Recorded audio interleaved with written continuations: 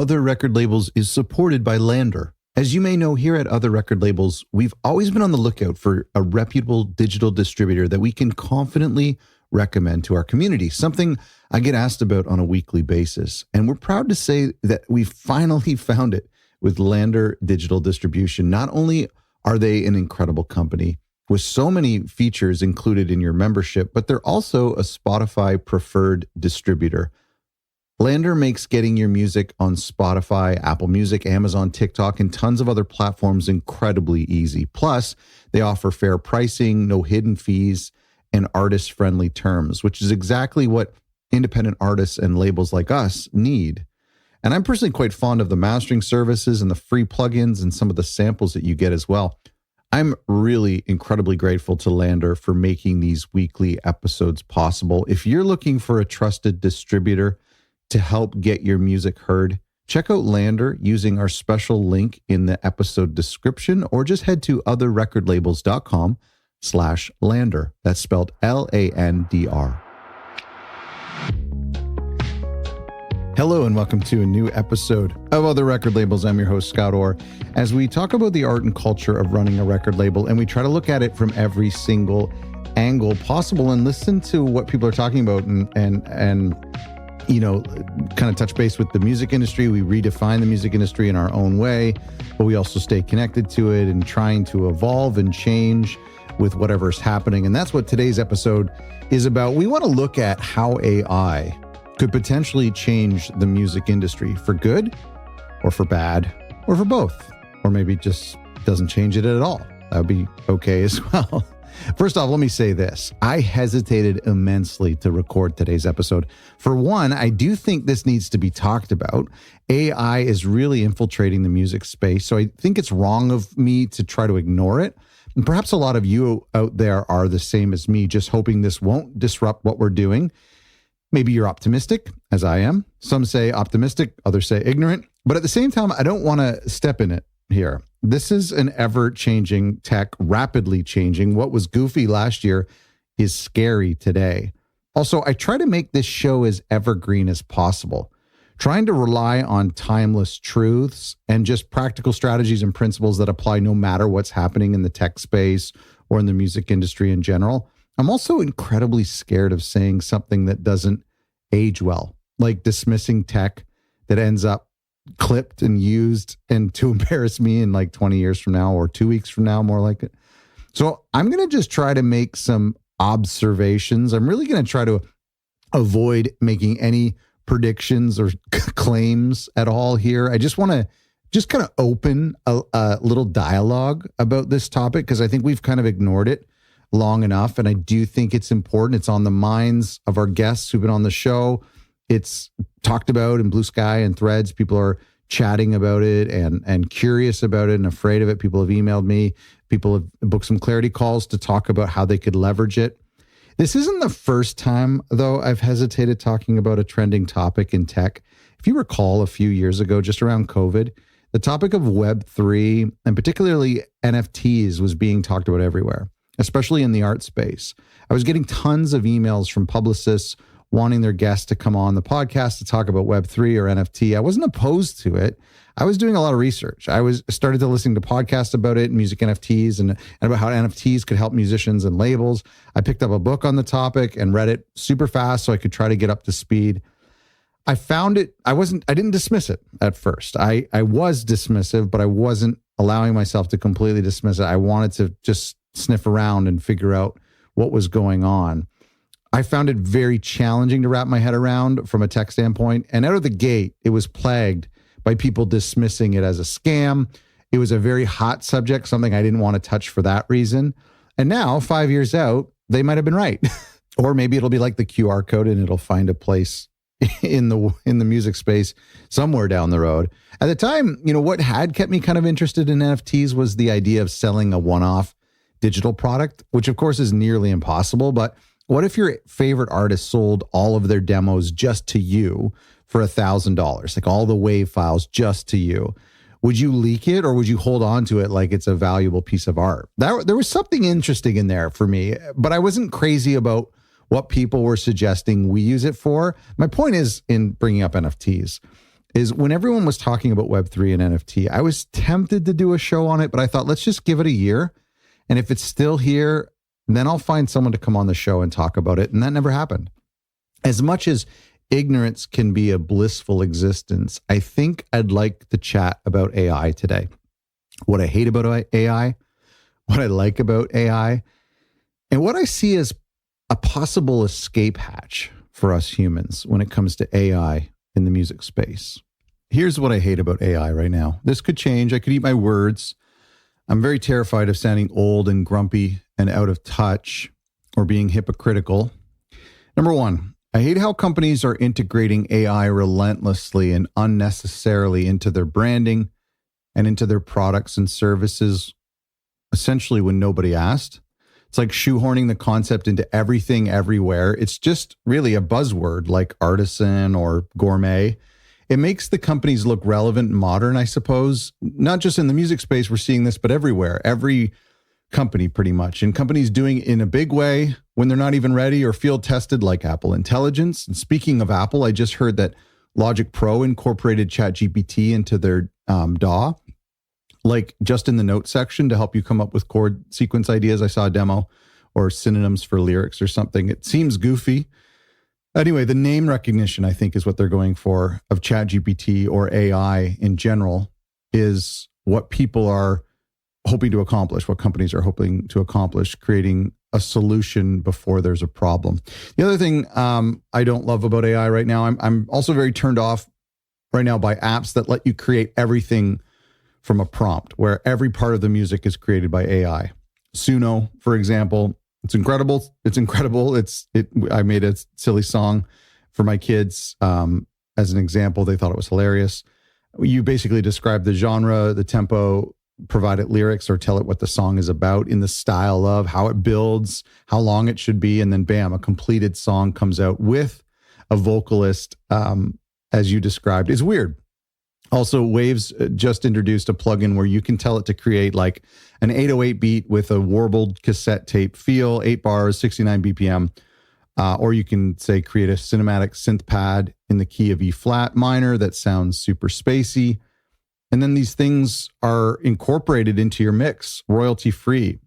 So I can actually see some slight intrigue into that Waves plugin. Like instead of searching all day for a one-shot car horn or a one-shot wood block, you can just make it from thin air. But I don't know. That makes me feel weird. And then finally, there's AI as the artist. In some cases, artist names and pictures that don't exist. So the entire presentation, artwork, press photo, bio, and song itself is not real. That's a bridge too far for me. But again, I'm going to reserve the right to start my own jazz label of all AI artists at some point in the future, and just in case I'm wrong. But look, I think there's a world where great artists like you and I use great tools to help us make great art. Tools like multi-track recording, overdubbing, auto-tune, quantizing, MIDI, sequencers, impulse reverbs. None of that does anything without a great artist behind it. So the AI that's kind of turning me off right now is the AI that aims to be both the hammer and the hand that holds it. Okay, I'm starting to sound grumpy. Let's talk about the things I like about AI in the music space. Number one, obviously ChatGPT has been a really helpful tool for people who are smart and good at writing and good at creating outlines. It's become this incredible assistant and ghostwriter in a way where people with the knowledge and the expertise to create great outlines and prompts can then utilize it to flesh out what is already in their head. This, I think, can be true for labels and publicists and artists when it comes to bringing to life their bios and press descriptions and pitches. This is where I would personally just brain dump incoherently into ChatGPT about the album, the story, the artist, and what I wanted to communicate, and then tell it, maybe the application. So for example, there's a lot of these places like Apple Music and Spotify where you need to have an artist bio. And, there's just like a lot of fill in the blanks. Bandcamp has a place for bio stuff. Or maybe you have an about section on your website and you're not a great writer, but you know what you want to communicate. And so that's what I kind of like about it is you can kind of just brain dump all of these things and then say, I need this for a Spotify artist bio. And and you can utilize it for that. So, I mean, in the AI space, ChatGPT has been helpful. Sorry, in the music space, ChatGPT has been helpful for applications like that. Number two, the other thing I like about AI in music and where I would like to see it go is AI plugins that help you get closer to the sound you're looking for. For example, and this is just a dream of mine, I don't know if this exists. And honestly, if this tool does exist or does eventually exist, I'm not sure I'll use it, but I've been recording acoustic guitar since I was a kid, literally since I was a kid. Probably the better part of 30 years I've been recording acoustic guitar because I play acoustic guitar.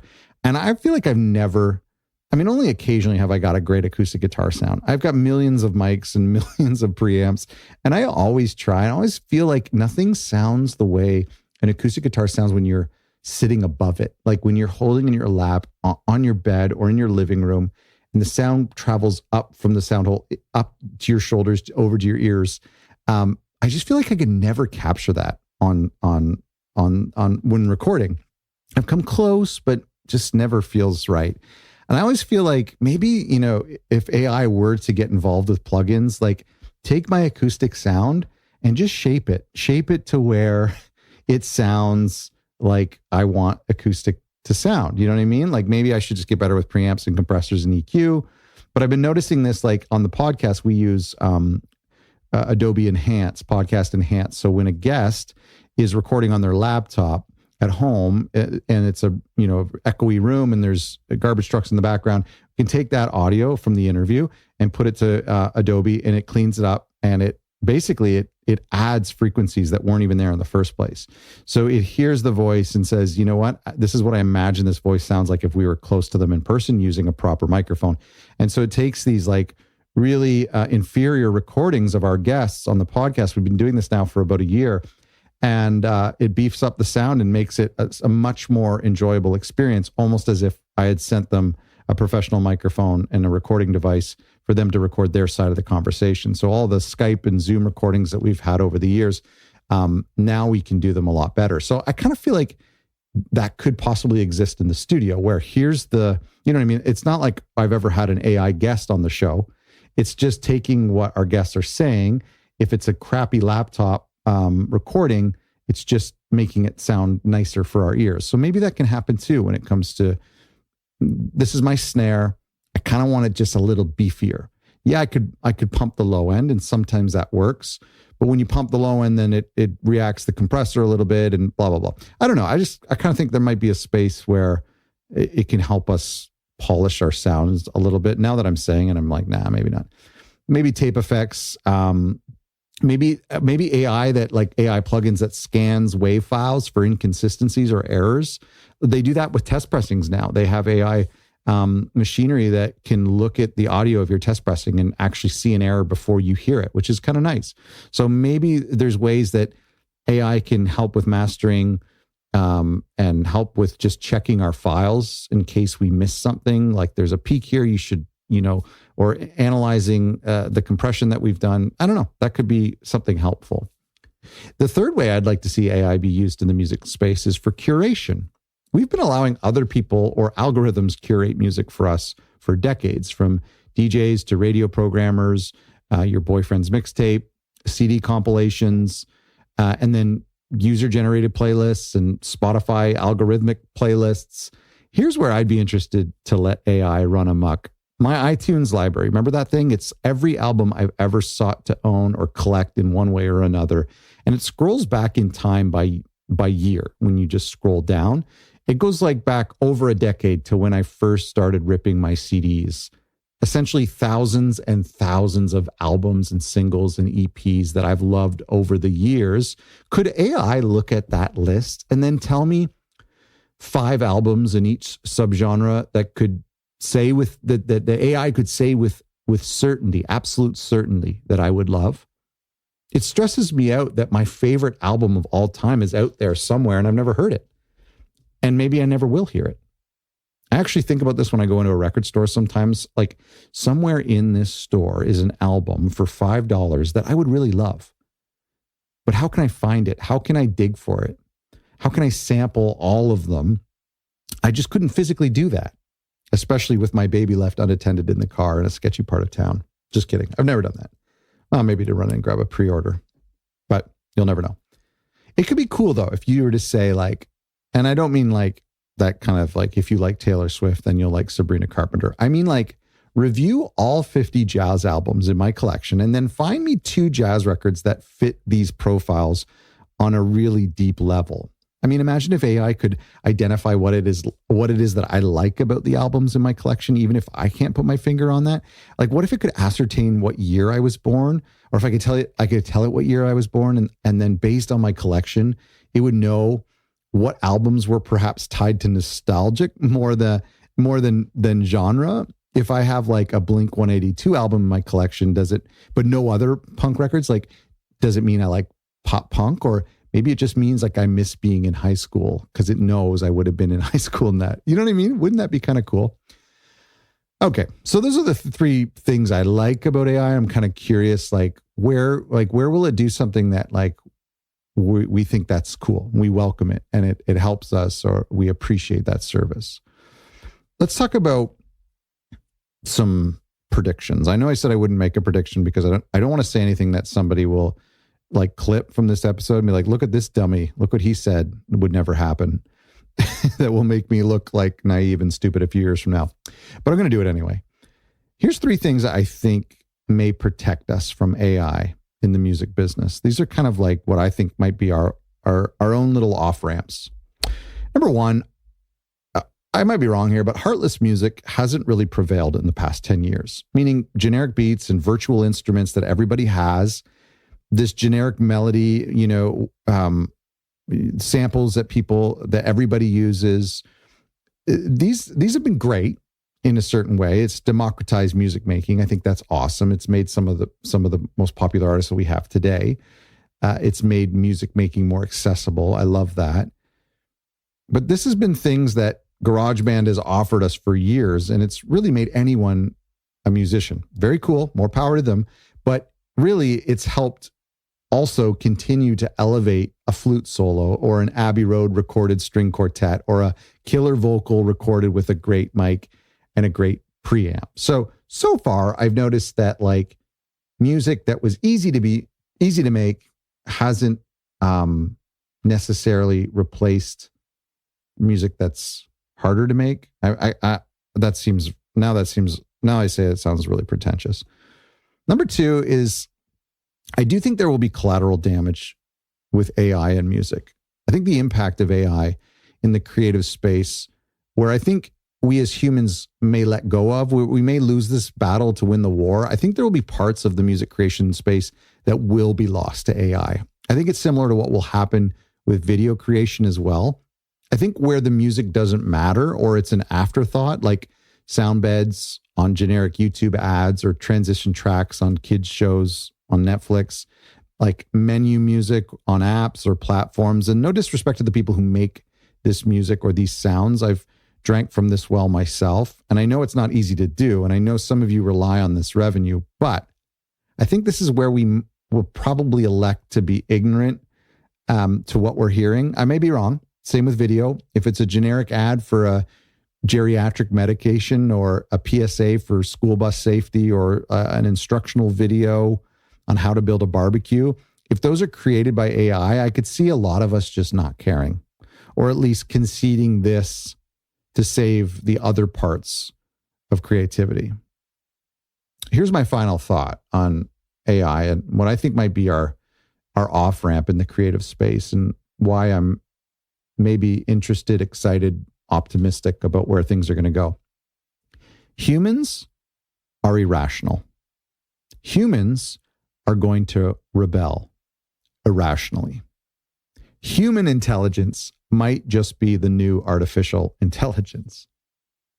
Humans are predictable, we're cyclical, and therefore there's an analogy for what is already happening here. When the ebook came around, people said that the paperback was dead. How could it make sense to continue to have physical books when we have ebooks? And yet, they haven't gone anywhere. Bookshelves still exist, bookstores. I refuse to buy ebooks. I love the smell of a paperback. What about vinyl? After streaming and digital downloads, vinyl became more popular than ever before. That doesn't make sense. It's literally the opposite of digital. It's inconvenient, reliable, more limiting, more expensive, more cumbersome. And yet, I'd cancel my Spotify and Apple Music before I got rid of any of my 7 inches. Why? Because humans are irrational. My sister-in-law doesn't understand why I don't do ebooks. You can fit thousands of books on a slim device. You can get them for free from your library card. You no longer need to go to the bookstore or buy a physical book or have them clutter your office shelves. She's right. It doesn't make sense. But humans don't make sense. We're hilariously irrational. More than that, though, we're rebellious. Tell us the album is dead, and we'll buy more albums than the 70s and 80s combined. Tell us the hottest new pop star wrote a new Christmas classic, and we'll make a 40-year-old Wham song the #1 song of the holidays. Give me every song recorded in history for $9.99, and instead I'll choose to buy just one record for $49.99. People are passionately irrational in every way. You tell us that food is unhealthy and it will kill us, we eat it anyway. You tell us it's better to save money for later, we'll spend it anyway. We just really like to rebel. I think AI will be able to make music that sounds like it came from Abbey Road in the 60s. Eventually, it'll be able to make a Motown record that sounds identical to a Motown record. I don't doubt its ability and its future ability. And there's things about AI in the creative space that scares me, not just from a financial standpoint, but from an identity standpoint as an artist. But I have this powerful faith in humanity to rebel, to choose the irrational option. I could be wrong. When I first started this podcast years ago, I interviewed a Canadian author by the name of David Sachs, who wrote a great book called The Revenge of Analog. The book now is almost 10 years old, and honestly, it should get a 10-year anniversary re-release because I think it's just as relevant today as it was back then. The book highlights how some of these old technologies are having a resurgence, or were having a resurgence, and still are. Things like moleskin notebooks and Polaroid cameras and vinyl records, despite the fact that there are modern equivalents of these things that are far more practical, efficient, and affordable. And yet, the existence of these new technologies, while still hugely popular, had somehow gave rise to their analog counterparts, almost as if humans were rebelling against the convenience and ease of digital. And I wonder if this will happen with AI as well. It is amazing that almost now they can make a cinematic film with great acting, music, dialogue, cinematography, grainy picture, all with just an AI prompt. That's cool. But I really think it'll just make people appreciate the old way that it was done, where it took effort and dedication and passion. I could be wrong. I really could. I'll leave that window open. But despite a world where every song is on my phone, I still get up every 15 minutes to flip the record, drop the needle, and sit back down. It's impractical. It's inconvenient. It's irrational. But I don't want it any other way. Just a few years ago, there was a research study where researchers led a series of psychological experiments involving AI art. In one, the participants were shown 2 different paintings, and they were told that one was generated by AI and the other was human-made. In another, they listened to 2 pieces of music. One was supposedly created by humans and the other by AI. In reality, however, both pieces of artwork that participants were asked to evaluate were created by either AI or by a human. The researchers randomly labeled one of them as AI-made and the other as human-made. Still, participants showed an overwhelming preference for artwork they thought was made by people. The researcher said, "We found that there is a very pervasive bias against work made by AI artists. No matter which one is actually made by the human artist, people prefer the artwork that is labeled as human. They think it's more creative. And when they listen to music or look at paintings made by human artists, they think they're more awe-inspiring." Like I said at the beginning of this episode, I could be wrong about all of this. Maybe I'm too optimistic. Maybe, as some AI experts have said, this isn't the same as when we got Web 2.0 or when we got the smartphone, that this is a bigger wave than we're all anticipating. Or maybe there is a place for optimism here. Maybe AI makes people appreciate real artists more than they do now. Hopefully. If you're a listener of our podcast, you can leave a review on Apple Music, or if you listen to Spotify on your mobile device, you can give us a star rating. I prefer 5. That's like my favorite star rating out there.